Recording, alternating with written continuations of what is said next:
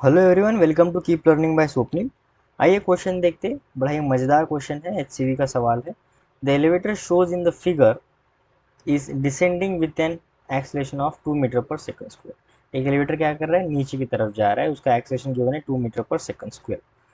The mass of the block A is 0.5 kg। जो block का मास ए है हमें ऑलरेडी गिवन है,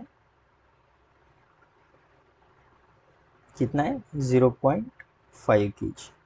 what force is exerted by the block A on the block B. अब A जो है वो बी के ऊपर एक फोर्स अप्लाई करेगा, जाहिर सी बात है, एक नॉर्मल फोर्स अप्लाई करेगा सरफेस के कारण, और बी भी उतना ही अमाउंट ऑफ फोर्स ए के ऊपर अपना लगाएगा। ठीक है, ये तो हमें अच्छे से पता है, कॉमन सेंस की बात है, या फिर हम ऐसे भी कर सकते हैं कि हमने पढ़ा है इसे।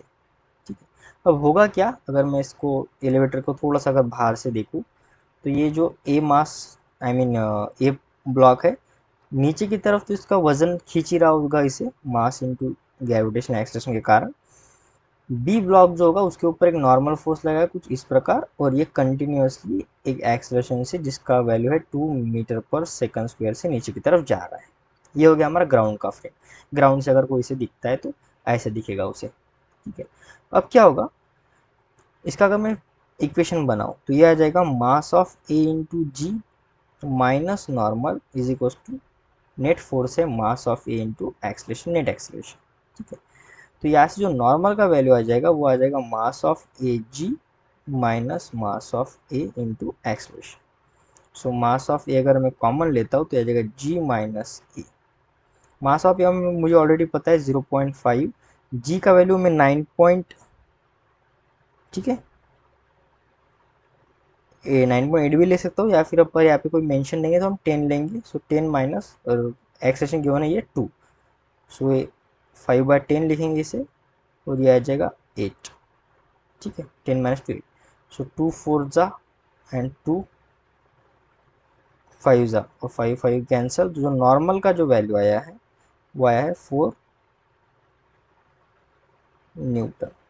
ये 4 न्यूटन किसको बता रहा है, जो बी पार्टिकल ए पे लगा रहा है। इसका मतलब same amount of force A particle भी बी के ऊपर ही लगाएगा, एक्शन रिएक्शन पे जिसे कहते हैं हम। So force applied by B on A accelerate to Newton's third law, A applied force on B. जाहिर सी बात है, अगर 4 न्यूटन फोर्स लग रहा है जो ए बी पे लगा रहा है, तो सिमिलरली बी ब्लॉक भी ए के ऊपर उतना ही फोर्स लगाएगा एक्शन रिएक्शन पेयर के कारण। सो आई होप आपको ये वीडियो सोल्यूशन अच्छा लगा होगा, इसके पीछे का लॉजिक आपको अच्छे समझ में आ गया होगा। मिलते हैं नेक्स्ट वीडियो सोल्यूशन में, कीप लर्निंग विद स्वप्निल के साथ। अगर वीडियो बहुत ही पसंद आया तो आप ज़रूर इससे चैनल को सब्सक्राइब कर दीजिए, आपके फ्रेंड के साथ शेयर भी कर दीजिए, और जाते जाते इस वीडियो को लाइक भी कर दीजिए। ठीक है।